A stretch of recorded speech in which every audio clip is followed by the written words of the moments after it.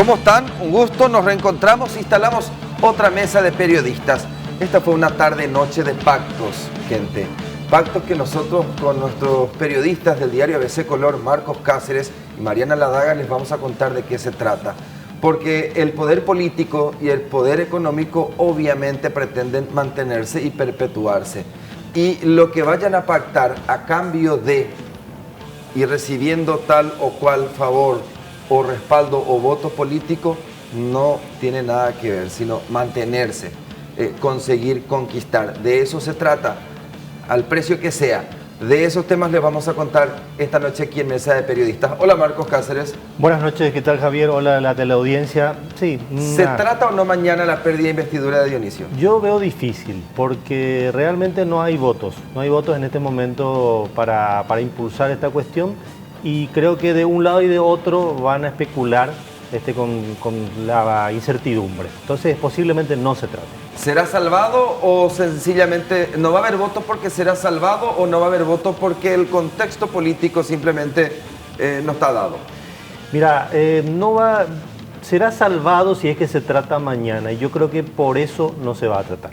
Así de claro te digo. No hay una decisión si se quiere o no salvarle. Así es, no hay una decisión todavía, está como muy reciente, el caso tiene muchas aristas, hay gente que duda todavía, a pesar de que para mí algunas cuestiones son muy evidentes en cuanto a la conducta de Dionisio Amarilla. Va a haber gente que va a pedir que esto se desarrolle en la justicia, que se investigue un poco más antes de tomar una decisión el Senado. Mariana Ladaga, 489.000 millones de guaraníes es lo que la empresa SST Security recibe a través de unos 20 contratos vigentes con el Estado paraguayo. Sí, y en realidad estás hablando de una de las empresas de Oscar Chamorro Lafarja. Una, porque en realidad son varias. Mañana van a leer la lista completa de todas esas empresas que representan varios millones de guaraníes, incluso varios millones de dólares. Lastimosamente estamos confirmando, también eso lo van a leer mañana, por supuesto con más detalles en ABC Color, estamos confirmando que hay un pacto por el cual Dionisio Amarilla se puede salvar y que también va a salvar, según nos dicen, a Armando Rodríguez, el presidente de IPS, cuya destitución se pidió. Al precio que sea, el pacto tiene que estar vigente. Y hay un elemento que el equipo periodístico de ABC Color identificó. Marcos Cáceres, madrugaste en el Senado hoy porque a las 7:30 tenía que ser la reunión de la Comisión de Reforma Fiscal. Así es, estuvo ahí Dionisio Amarilla presidiendo la reunión. Vos sabés que este es uno de los proyectos claves del gobierno, el tema de la reforma tributaria. Y lo que hoy se discutió, hizo una presentación el ministro de Hacienda, Benigno López. Todavía no hubo una decisión de la comisión, que va a tardar, esto va a ser motivo de mucho debate. Pero es clave para el gobierno aprobar este paquete para su continuidad, para poder manejarse de manera más o menos segura. Y bueno, por ahí es que viene el pacto al que aludió Mariana, ¿verdad? El llanismo estaría conversando con el gobierno de Mario Abdo Benítez a cambio de, es decir, darle sus votos a cambio de salvar a Dionisio Amarilla. Y a Armando Rodríguez. Y a Armando Rodríguez. Pero Baqueta pidió la cabeza a Armando Rodríguez. Sí, esta mañana estuvo muy vehemente el senador Enrique Baqueta, pues dijo que por decoro, por ética tendría que renunciar. Y si no renuncia, el presidente lo tendría que echar, ¿verdad? Ahora no sabemos si él se mantiene en esa postura, porque fue a la mañana. Vos sabés que a veces conocés esa frase en la política y cambiante. Sería bueno saber si eso lo sigue sosteniendo después de estas versiones del pacto que se está gestando. ¿Será que el Frente Guazú, será que Patria Querida, por ejemplo, tienen identificado que existen conversaciones entre el llanismo y Añetete para avanzar en la aprobación de la reforma, pero a cambio de protecciones? Todos los detalles en el debate en minutos aquí en Mesa de Periodistas. Pero vamos urgente para actualizar este dato. Iván Leguizamón, periodista de ABC Color. ¿Cómo te va, Iván? ¿Qué tal, Javier? Buenas noches para Marcos y para Mariana. La información relevante, Iván, da cuenta que se produjo la detención de la mujer que habría ordenado que Wilma, la mujer de 31 años, sea asesinada. Asimismo, Javier, hace media hora fue arrestada en Itauguá la señora señalada como la autora intelectual de este atentado registrado ayer en San Lorenzo. Ahí la vamos a ver en pantalla. Ella es la señora Bernardina Aquino Duré, tiene 35 años de edad, es la esposa de Martín Antonio Vera, de 40 años. Este último, a su vez, era la pareja ocasional de la víctima del atentado, Wilma Castillo Noguera, quien tiene 30 años de edad. Lo que ocurrió fue que supuestamente Bernardina detectó, ella estando en España, que su marido le era infiel aquí en Paraguay, por lo que ella pegó el viaje a nuestro país, llegó el 15 de abril pasado, corroboró e incluso confirmó la identidad de su rival, empezó a amenazar a Wilma hasta que ayer con su propio marido idearon, tramaron esta trampa en la que cayó Wilma, quien fue supuestamente al encuentro de su pareja, pero finalmente terminó siendo atacada a tiros, en lo que quisieron hacer pasar como un asalto, pero que ahora está plenamente confirmado, se trató en realidad de un atentado. Bernardina fue arrestada en la casa de su hermana, en el kilómetro 28 de Itauguá, donde ella estaba escondida. Un grupo de policías del Departamento de Investigación del área central, a cargo del comisario principal Rubén Paredes, seguía en el barrio luego de que esta tarde fuera allanada la casa donde vivían Bernardina y Martín. Sin embargo, los efectivos conocieron el dato de que otros familiares de Bernardina también viven en el barrio. Dice que vamos a montar vigilancia. Finalmente, hace menos de una hora divisaron a Bernardina dentro de la casa de sus hermanas. Se acercaron, negociaron con ella, hablaron, hicieron que saliera a la calle y en ese lugar fue arrestada. En estos momentos está situada a la base del Departamento de Investigación Iván, en San Lorenzo. Sí. Iván, ¿y qué se sabe del papá de los bebés?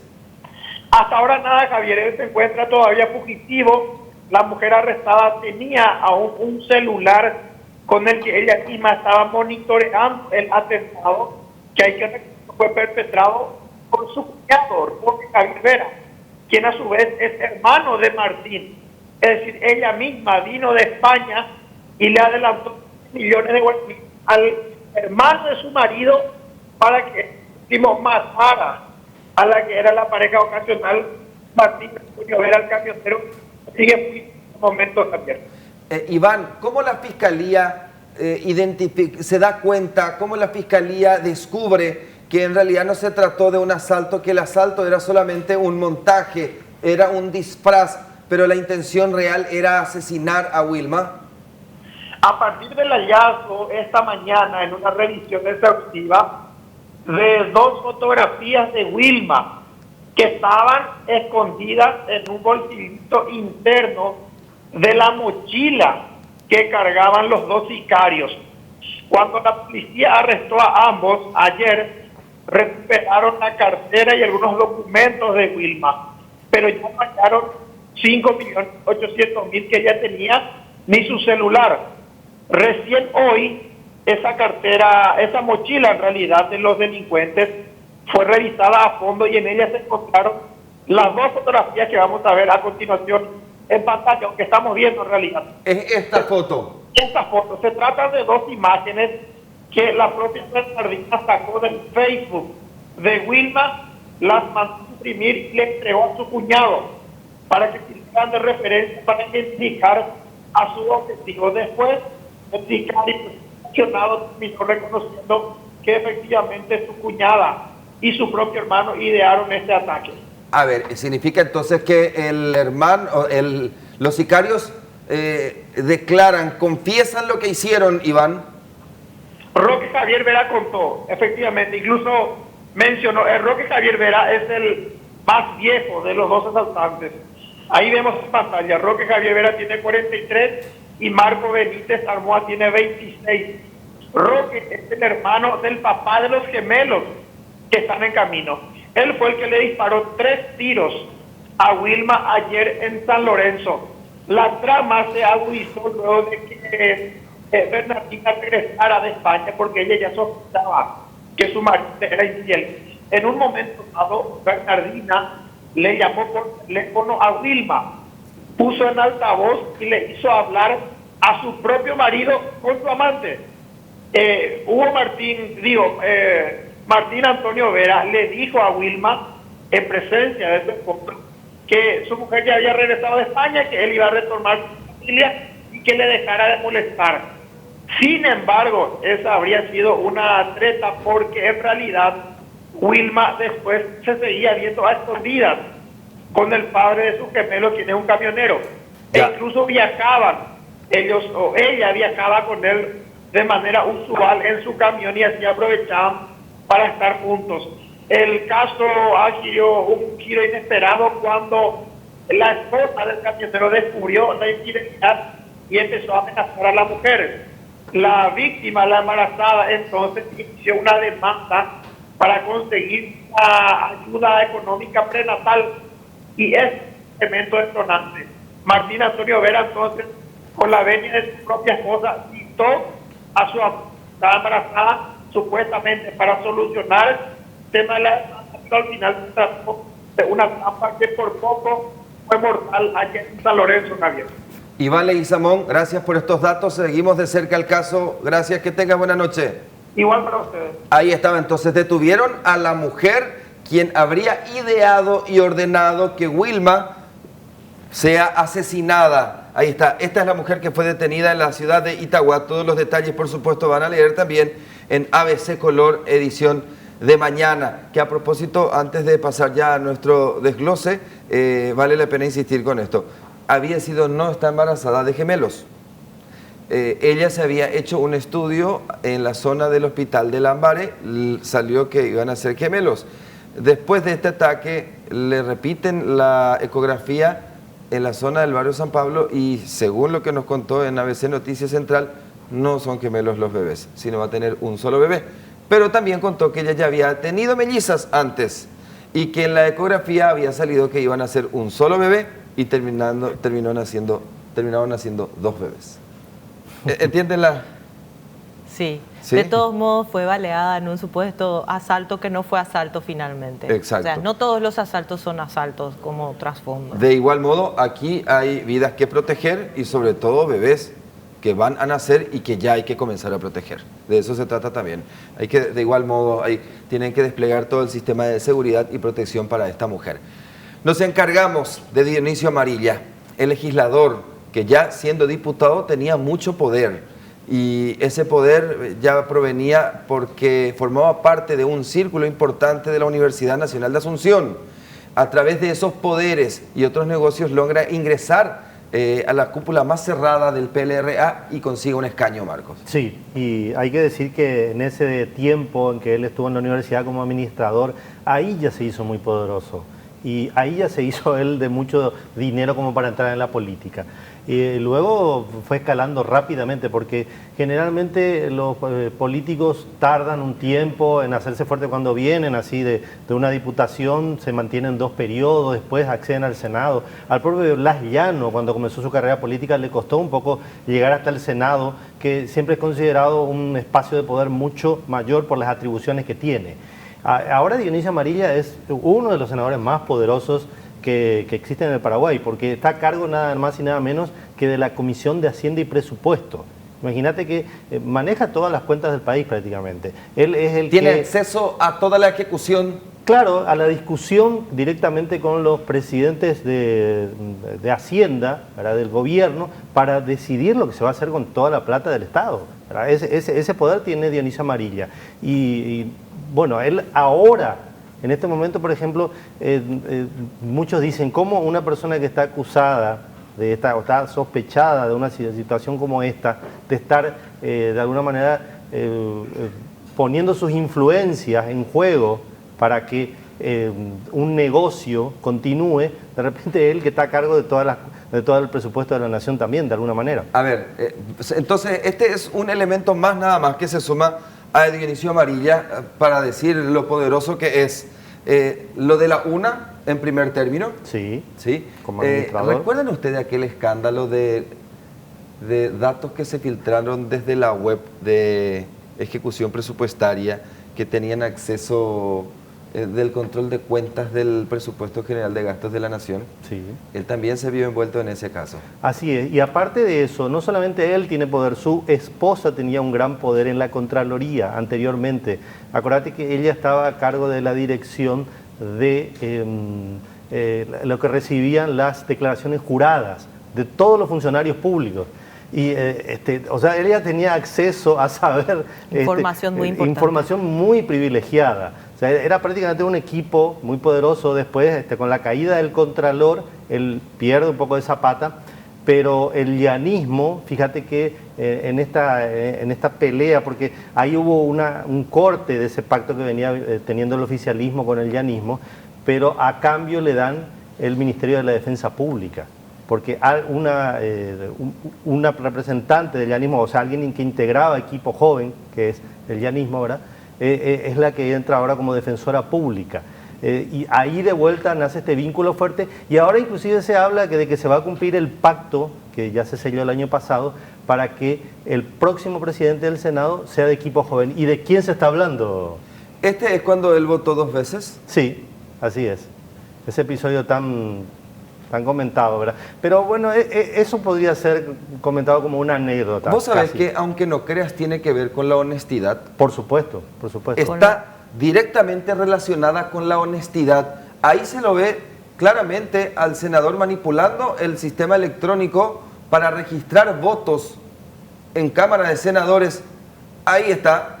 Sí, y tiene que ver con la responsabilidad también del Senado, porque uno no puede jugar con esas cosas, ¿verdad? Uno no puede decir, te voto por como si fuera un juego, ¿verdad? Te voto por vos acá, vos estás de acuerdo, y apretar, ¿verdad? Eres un senador de la Nación y lo está haciendo públicamente. Debe haber tenido en cuenta eso.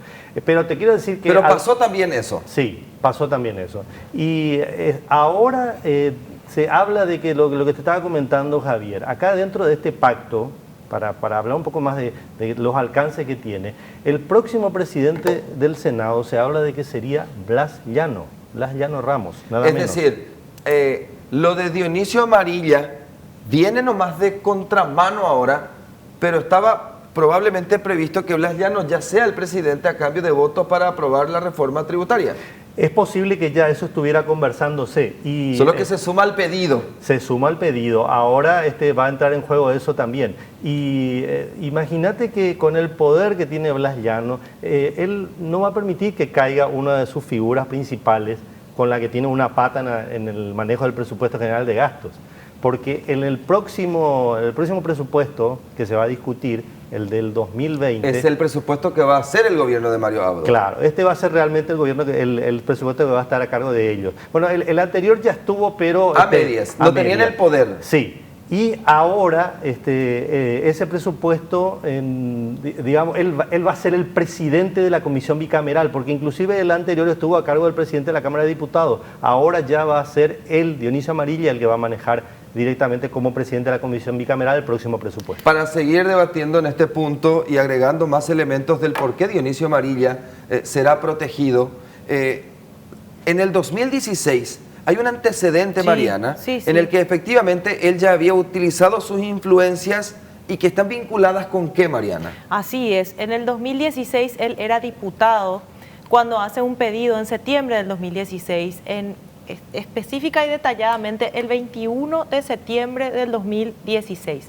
Él remite una nota al presidente de la Cámara de Diputados, en ese momento era nuestro actual vicepresidente, Hugo Velázquez, y él solicita a través de esa nota, presenta proyectos de legislación, de disposiciones de la Cámara de Diputados para pedir a instituciones como contrataciones públicas, el Instituto de Previsión Social y el Ministerio de Justicia y Trabajo respecto a una empresa en particular que es una de las competencias fuertes de las empresas de Óscar Chamorro Lafarja en lo que son contrataciones, licitaciones públicas, sobre todo para contratar servicios de seguridad privada.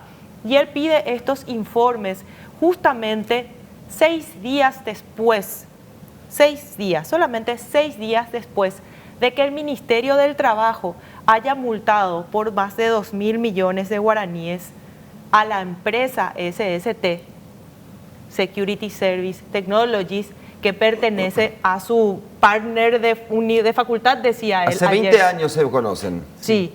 Y ayer decía que es su partner de facultad, Óscar Chamorro Lafarja, a su partner. Entonces, él pidió informes a las instituciones públicas respecto a cómo estaba la situación de la empresa Tapití, de los hermanos y ex comisarios Viviano y Vidal Machado, respecto a la situación laboral que tenían, al vínculo laboral que tenían con los empleados. Hablaba Dionisio Amarilla en la nota en la que presentaba de que esta empresa, Tapití, tenía vínculos con instituciones del Estado, contratos firmados, pero que sin embargo estaba incumpliendo disposiciones laborales. Sin embargo, en ese mismo momento, la empresa de su partner también estaba siendo sancionada por la misma situación de violaciones del Código Laboral. Pero informes de SST nunca pidió. Nosotros le llamamos a él hoy para preguntarle sobre eso. ¿Y qué dijo? Y dijo que primero dijo que no recordaba si pidió o no pidió. Después, como le insistimos varias veces en consultas, él dijo que a partir de ahora, después de la demanda que presentó contra nuestro compañero Juan Carlos Lescano por difamación, a partir de ahora nosotros tenemos que hablar con su abogada. Eso fue lo que nos respondió. Buena manera para escudarse o excusarse de dar explicaciones públicas sobre su conducta legislativa. Que tiene que ver con un tráfico de influencias, porque directamente estaba pidiendo un informe respecto a una situación que afectaba a una de las empresas que compite contra la empresa de su partner en las licitaciones públicas, pero a la empresa de su partner nunca pidió informes. Y a propósito de esto que está mencionando Mariana Ladaga, ¿por qué vamos a traer de vuelta a piso y compartir con ustedes los audios que ya anoche compartíamos y que daban cuenta de cómo se hacía la conversación con el periodista de ABC Color y, por supuesto, cómo se hacía la entrega del dinero? Compartimos y lo que acaba de mencionar Mariana van a identificar en este video. Mi apuesta es a que la gente de trabajo se conozca entre sí, así nomás. Y él fue mi partner en la época de facultad y me dijo: la puta, estoy desesperado, se me cae el contrato contigo, ayúdame con tu amigo. Le llamé también y me dijo: no, tiene que solucionar lo mediático, o si no, le cortamos. O sea, queremos ir hacia adelante, ¿verdad? Y bueno, lo que se puede hacer, nosotros estamos firmes para lo que vos me digas. Sí, espectacular. Lo que te pedí, Oscar, es lo siguiente. Sí. Nosotros nos conocemos hace 20 años, la misma cosa como ellos. Lo que se pacta, se cumple. Así es. Así nomás. Y lo que se pacta, se cumple. Yo soy una persona que lo único que tengo de valioso es mi palabra. Donde voy y la gente me conoció, ya golpeó la puerta y me abre, pues, no, ese tipo va a cumplir. Me viene a traer que en mi casa estaba estudiando la reforma impositiva, pues un amigo se fue a golpear la puerta y quiero que salgan bien este tema. Gracias. Gracias. Mucho gusto. Gracias. Bueno. Esa es la reunión. En esa reunión en la que ustedes escucharon al diputado Dionisio Amarilla, al senador Dionisio Amarilla, también se encontraba ahí Óscar Chamorro Lafarja, como ustedes escucharon, y María Luz Peña, y lógicamente Juan Carlos Lescano también estaba en ese lugar. Él es el que filmó esta conversación.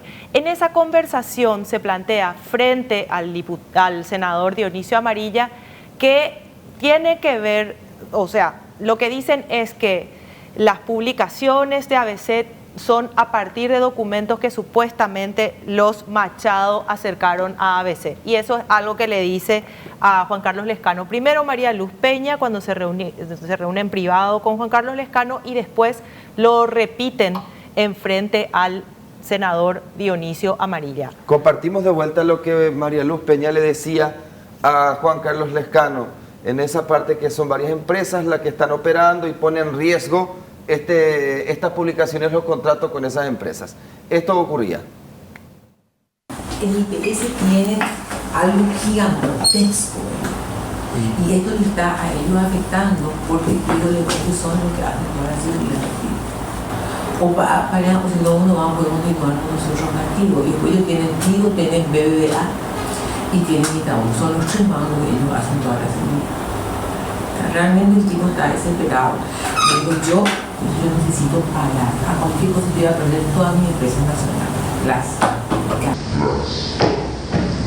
Que tenía que cobrar 35 millones de los cuales yo te quiero pagar aunque sea 10 cuotas para que vos te quedes tranquilo de tu auto, ¿verdad? El resto te doy a los muchachos que vayan a ser institucionales. Bueno, en esa conversación ella le decía a Juan Carlos Lescano taxativamente, los Machados, él dice que son los que llevaron esto a ABC. No a vos, le dice a Juanqui, no a vos, a ABC.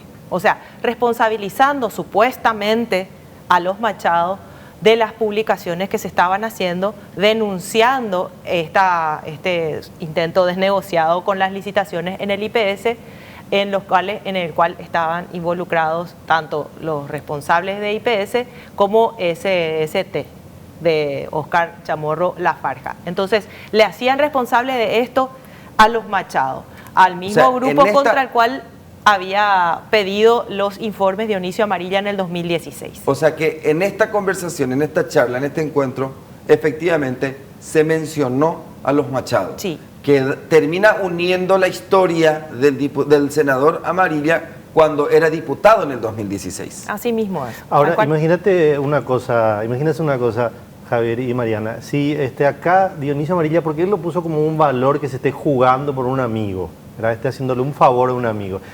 Y él está a cargo del presupuesto general de gastos de la nación. Imagínate todos los favores. ¿Qué favores está en condiciones de hacer manejando ese volumen de dinero? Esto a nosotros nos parece muchísimo, ¿verdad? Lo que ellos discuten, pero es terrible. Para pensar un poco cuál es el poder que tiene Dionisio Amarilla realmente. Y mañana cuando vean las cifras de todas las empresas de Óscar Chamorro Lafarja, que tienen licitaciones ganadas con el Estado desde el 2010, que son millones de guaraníes, millones de dólares, van a entender muchísimo mejor, si es que todavía no se entendió, todo lo que está en juego en esta situación. Son realmente millones de dólares en contratos con el Estado. Es una empresa que no es una empresa en realidad, es un grupo de empresas que realmente tienen muchísimo dominio que ver con el Estado. De los contratos con el Estado. Exactamente, que en principio, tenemos que decir, esto comienza después, en realidad las licitaciones comienzan después de que José Chamorro, el papá de Óscar Chamorro Lafarja, haya llegado a la Cámara de Diputados en el 2003, ¿verdad? Fue en el 2003. De la mano de Nicanor. Y a partir de ahí es que estas empresas empiezan a ganar licitación tras licitación y fueron proveyendo desde tizas y pólvora hasta televisores, pasando por servicios de guardias de seguridad. O sea, son todólogos, por decirlo de alguna manera. Proveen de todo al Estado y los contratos son multimillonarios realmente. Bueno, pero el senador Amarilla publicó en su cuenta de Twitter, y voy a compartir con ustedes este escrito. Lo hizo anunciando una querella contra Juan Carlos Lescano, digo bien, por difamación. Sí. ¿Así? Literalmente. Así mismo, sí. Así mismo. Hasta ahora este tweet tiene, ahí está, ya mis abogados formalizaron y vemos la carátula que dice Juan Carlos Lescano, flechas sobre calumnia y otros. Fue presentado hoy exactamente, a las 11:09 de la mañana, según datos que se publican en la propia cuenta de Twitter del senador Amarilla. Ahora, Javier, esto lo que adelanta también de alguna manera es que no va a ser fácil sacarlo como... no fue fácil en los casos anteriores, ni Víctor Bogado ni Óscar González Daer. Hubo mucha presión popular, mucha presión de la gente para que lograr esto. Pero en el caso de Dionisio Amarilla, es una persona con un poder, pero mucho más grande, por los vínculos que tiene, por los pactos que tiene sellados, y porque él tiene mucho para perder y no va a querer dejarlo. Hay que decir algo sobre esta demanda por difamación. La presentan los abogados Carolina Ferreira y Carlos Bogado ante la jueza Nilda Estela Jiménez de Larre. Ella va a tener que decidir también un pedido muy particular que hacen los abogados en esta querella. Piden que se bajen de las plataformas digitales todas las informaciones que existen sobre este caso que se denunció, lo cual implica, no de manera Sí, pero sí se puede decir que implica de manera directa y clara Es como y una concreta censura. una censura que está prohibida por el artículo 26 de la Constitución Nacional. Se está intentando cercenar la libertad de prensa y la libertad de expresión porque al senador le parece que existe una difamación. Pero atende bien, solamente sube lo de la difamación en su cuenta, la calumnia en su cuenta de Twitter. Si bajamos un poco, por favor, vamos a encontrar todos los comentarios de la gente, más de 200 comentarios. Estuve tratando de leer, 342 comentarios tiene. Estuve tratando de leer por lo menos 100, y en esos 100 que leí, uno solo no hay de respaldo. Sí, todas en contra. Yo también me tomé el trabajo de leerlo. Le piden que no pretenda desviar la atención sobre su responsabilidad atacando a un periodista y encima que dé a conocer su declaración jurada de bienes. Eso le piden, es la gente, ¿verdad? Pero Que ¿qué lo más? mínimo que le dicen es cara dura. No, Mínimo, no, yo no me mínimo, atrevo a leer mínimo. al aire. Ahora, pero este tuit también es parte de la estrategia que seguramente Dionisio Amarilla va a utilizar mañana en su defensa. Él va a decir que ante el ataque que le están haciendo, él se está defendiendo y que en el juicio va a revelar cosas, hay un montón, todo lo que sea para que esto mañana no se Y se resuelva. vaya prolongando eventualmente la protección. Para que se vaya prolongando, él seguramente va a tratar de sellar más fuerte sus vínculos, estos acuerdos de los que habló Mariana, que tienen que ver con el presupuesto, tienen que ver con el paquete impositivo, son varias cuestiones que él va a tratar de reforzar para hacerse de alguna manera importante, imprescindible para el gobierno. Mariana, ¿qué más contiene, qué más tiene que resolver la jueza, me dijiste, con respecto a esta censura? ¿Qué es lo que no quiere que se publique a partir de ahora y que se borre de plataformas? Primero lo que tiene que hacer es si rechaza o acepta la querella, ¿verdad? La jueza. Pero por el otro lado tiene que decidir si hace o no al lugar al pedido que hacen los abogados de Dionisio Amarilla de que se levanten de la web, de las plataformas digitales, de todo Internet, todas las informaciones que existen respecto a este tema que hemos... Videos que en los han que denunciado. se escuchan su voz. Los videos, las transcripciones que se hacen, las consecuencias de estos... O sea, mostrar los vínculos que los tiene, vínculos que tienen. el senador, el vínculo de amistad, lo que sabemos hasta ahora de amistad. De su partner, De su los partner. vínculos con su partner, los videos grabados, las transcripciones que se hicieron, todo lo que tiene que ver con este caso piden que se levante de las plataformas digitales y la jueza deberá decidir si hace o no al lugar a este pedido que, repito, viola la Constitución Nacional, es una censura abierta lo que están pidiendo y se supone que en un país donde reinan la libertad de expresión y la libertad de prensa, un pedido como este no debería porque no sabemos las cuestiones de los pactos hasta dónde llegan, no debería prosperar un pedido como este. Ezequiel Santagada, abogado, ¿cómo le va, doctor? Un gusto y gracias por recibirnos en este horario. ¿Cómo le va? Buenas noches, Javier. Un saludo para Mariana y para Marcos. Bueno, nos estaba contando, la jueza tiene que decidir si es razonable o no levantar de todas las plataformas información que tenga que ver con el senador electo por voto popular, quien ocupa un escaño en Cámara de Senadores, a quien se le paga una dieta, un gasto de representación, combustible, con impuestos del pueblo paraguayo, en otros términos, quien tiene que dar explicaciones públicas de sus acciones como legislador, es él quien solicita a una jueza que se borren datos que tienen que ver sobre este escándalo. ¿Cómo se entiende esto, doctor? Bueno, lo que hizo el senador Amarilla hoy, a través de sus abogados, es una típica práctica de censura indirecta. Esto está muy documentado por la Relatoría Especial de Libertad de Expresión de la Comisión Interamericana de Derechos Humanos. Sobran precedentes en la Corte Interamericana de Derechos Humanos sobre estas prácticas y es el ABC del censor. Es de manual lo que hizo el senador Amarilla. Intentar criminalizar la labor periodística para generar autocensura por miedo a las represalias. porque él hace esto contra un periodista sabiendo que a partir de esta querella el patrimonio del periodista está en peligro, porque podría eventualmente ser condenado al pago de una condena pecuniaria. Por supuesto, sus antecedentes en la justicia y hasta su libertad podría llegar a estar en juego, lo cual esto obligaría o pretende generar en el periodista que es querellado una autocensura, ¿no? Para cuidarse, entre comillas, más, para medir sus palabras para no incurrir en un eventual hecho punible. La Corte Interamericana de Derechos Humanos fue bien claro en esto y recomendó, y hay informes también de la Comisión Interamericana y particularmente de la Relatoría Especial de Libertad de Expresión, que en casos de interés público no debería utilizarse el derecho penal para generar justamente autocensura en los periodistas por medio de querellas doctor, criminales. Pero hay una cuestión... Hoy publiqué cuando el senador Amarilla dijo que había demandado a Juan Carlos Lescano, publiqué un video de hace 7 años,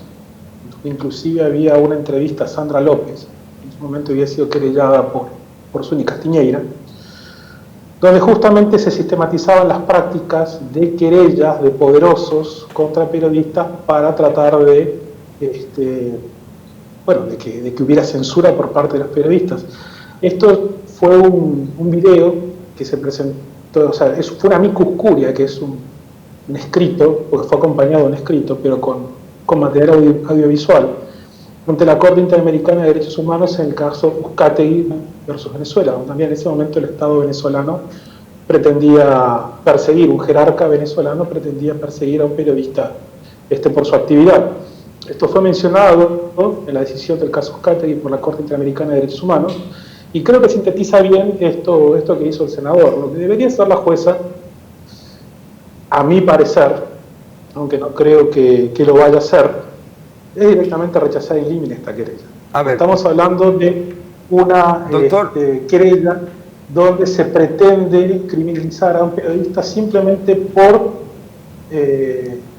hacer público un tema de interés público. ¿Me escucha usted, doctor? En la vida privada del senador, no se metió con su familia, no se metió con los hijos del senador. Lo que salió a la luz es básicamente un senador de una reunión con el representante de un proveedor del Estado, cuya empresa está sospechada de sobrefacturar al Estado. Doctor, si eso no es público, de interés público, ¿dónde está? ¿Me escucha usted? Sí. Sí.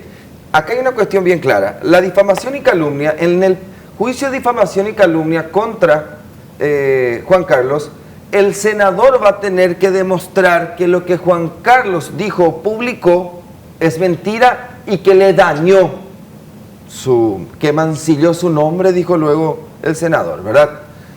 Pero ¿qué pasa? Si la jueza eventualmente dice que se borren todas esas publicaciones, entonces significa que no hay difamación. Puedo jugar desde ese punto, pero a lo que quiero llegar es lo siguiente. Supongamos que Juan Carlos sea condenado por difamación y calumnia. Juan Carlos puede seguir mencionando y hablando sobre el mismo caso porque no va a poder ser juzgado 2 veces por el mismo tema. Entonces, de doble filo lo que el senador hizo desde el punto de vista jurídico.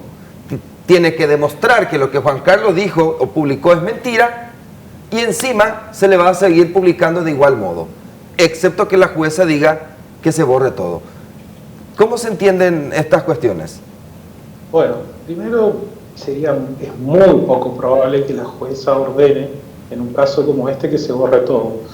Hay algunos precedentes donde se ordena que se borren algunos contenidos escandalosos, como cuestiones que afectan a la intimidad sexual de las personas o abusos de menores. En esos casos está claramente justificado el borrar contenidos, pero no material relacionado con una investigación periodística sobre un tema de interés público. Si la jueza hiciera eso, anularía de un plumazo la Constitución y estaríamos ante un caso de gravedad institucional inusitada. No creo que la jueza vaya a hacer algo como esto. Pero suponiendo inclusive que esto llegara a haber una condena, y sí, fuera como mencionabas, Javier, podría volver a decirlo porque nadie puede ser condenado 2 veces por un mismo hecho, pero de todos modos estaríamos en la condena con eventual pena privativa de la libertad y con, digamos, consecuencias de índole patrimonial a un periodista por ejercer su labor. Digamos, sería escandaloso una condena. Por eso es que dije, dado el marco jurídico vigente en materia de libertad de expresión, lo que debería hacer es rechazarse. Elimine esto y la jueza podría aplicar perfectamente la teoría del control de convencionalidad, teniendo en cuenta que ya fue aceptada por nuestra Corte Suprema, puntualmente el caso más conocido, la Corte de Sentencia 1306 del 15 de octubre de 2013, que es el que hizo lugar a la demanda por acceso a la información de Daniel Vargas Pérez, donde ahí la Corte directamente aplicó las disposiciones, los precedentes, de la Corte Interamericana basados en el Pacto de San José de Costa Rica. Hay muchísimas jurisprudencias sobre esto, y si la jueza o sus ayudantes necesitan que le demos una sistematización de esta jurisprudencia, podemos hacerlo perfectamente. Perfecto. Porque es de lo más común. Bien. Doctor, un gusto, que tenga buena noche. Igualmente. Hasta luego, hasta luego. Ahí estaba Ezequiel Santagada, abogado quien trabaja en acceso a información justamente y en cuestiones que tienen que ver, legales que tienen que ver con acceder a datos que comprometen las actuaciones, las funciones de nuestras autoridades. Transparencia. Javier, te quiero apuntar algo. Acá hay 2 cuestiones, ¿verdad? Por un lado, este incidente, llamarlo intento de censurar o intento de sobornar a un periodista. Pero esto a su vez reveló otros delitos, y específicamente lo que está pasando en el IPS. Y ahí, por ejemplo, es muy importante preguntarse qué es lo que va a hacer Mario Abdo Benítez ante esta cuestión. ¿Va a privilegiar un pacto político antes que hacer algo respecto a lo que se reveló? Porque ahí lo que pasó en el IPS evidentemente no es una cuestión menor, ¿verdad? Ahí hay un negociado pero terrible, con IPS millones de 40.000 millones de guaraníes más por el servicio de guardia. Sí. Ahora se paró eso. Exacto, dijo el presidente, no tuvo otra que decirle a Armando Rodríguez que cancele, que tiene atribuciones. Sí, le dice que cancele, que tiene atribuciones, pero finalmente llegan a un pacto en el cual una de las premisas es salvar a Armando Rodríguez. O sea, se está pidiendo por un lado la destitución de Armando Rodríguez, por el otro lado, este pacto también incluye salvarle a Armando Rodríguez. O sea, está bien, suspendamos esta licitación. Pidió hoy la renuncia a Armando Rodríguez. Sí. Integrante del primer anillo del presidente Mario Abdo. Claro. Esta mañana. Pero aparentemente hubo ese pacto que vos decís. Tarde-noche. Sí. Ahora, pero aparte, esta suspensión, ¿qué significa? ¿Se va a tener que volver a hacer una licitación? Se tiene que volver a hacer y ya se dijo que van a volver a participar las mismas empresas. Entonces, ¿de qué estamos hablando? Sí. Estamos hablando de una tentativa de blanqueo. ¿Y cuál es la posición de Armando Rodríguez en esta situación? ¿Por qué él va a salir gratis de esto? Porque él no tuvo nada que ver. Acuérdense que Julio César Velázquez está en el Consejo de IPS, que fue puesto por Mario Abdo Benítez en el Consejo de IPS, pese a ser el que dio trámite a un mamotreto para que el Congreso trate un proyecto de enmienda que contemplaba la inclusión de la reelección presidencial en la Carta Magna, que justamente Mario Abdo Benítez estaba en contra de ese proyecto reeleccionista. Claro, pero aún así, Julio César Velázquez es el responsable de todo lo que ocurrió el 31 de marzo pasado. Es uno de los principales responsables, pero él jugó todo el tiempo a 2 puntos, estaba con uno, con otro, uno no sabía en qué lugar estaba exactamente, hasta que al final en las elecciones se vuelca a favor de Mario Abdo Benítez, supuestamente. Pero atiendan bien, en las listas de diferentes movimientos, Velázquez no tuvo cabida. No. Porque nadie lo quiso. Sí, hasta que finalmente él apuesta sus fichas, sus votos para Mario Abdo Benítez, por eso logra el cupo en el Consejo de IPS. Claro, él se lanzó por su cuenta, hasta tal punto nadie lo quiso que lanzó su propio movimiento, por supuesto perdió lejísimo, no tuvo ni siquiera entre los primeros 50 senadores, ¿verdad? Muy lejos quedó. Y durante la campaña él llamó a votar por Abdo Benítez y supuestamente es el mérito para que le hayan dado ese cargo, ¿verdad? Como consejero de IPS. Y eso también es muy importante. Acá no solamente el presidente del IPS es el responsable, también el consejo. Nadie en el consejo vio lo que estaba pasando.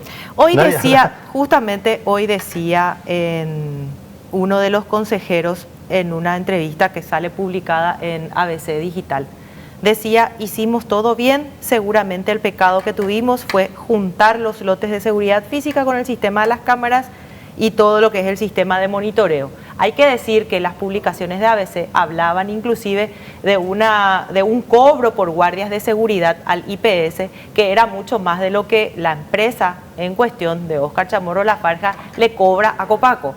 O sea, era más caro el servicio de guardia de seguridad como guardias, no estamos hablando ni siquiera de las cámaras, era más caro el servicio que le iba a prestar la misma empresa al IPS que lo que la misma empresa le factura a Copaco, por un lado. Y por el otro lado, este mismo consejero decía después que no tienen la culpa si se presentó una sola empresa al momento de abrir los sobres después de muchos reclamos que se hicieron en el proceso licitatorio. O sea, con eso se están...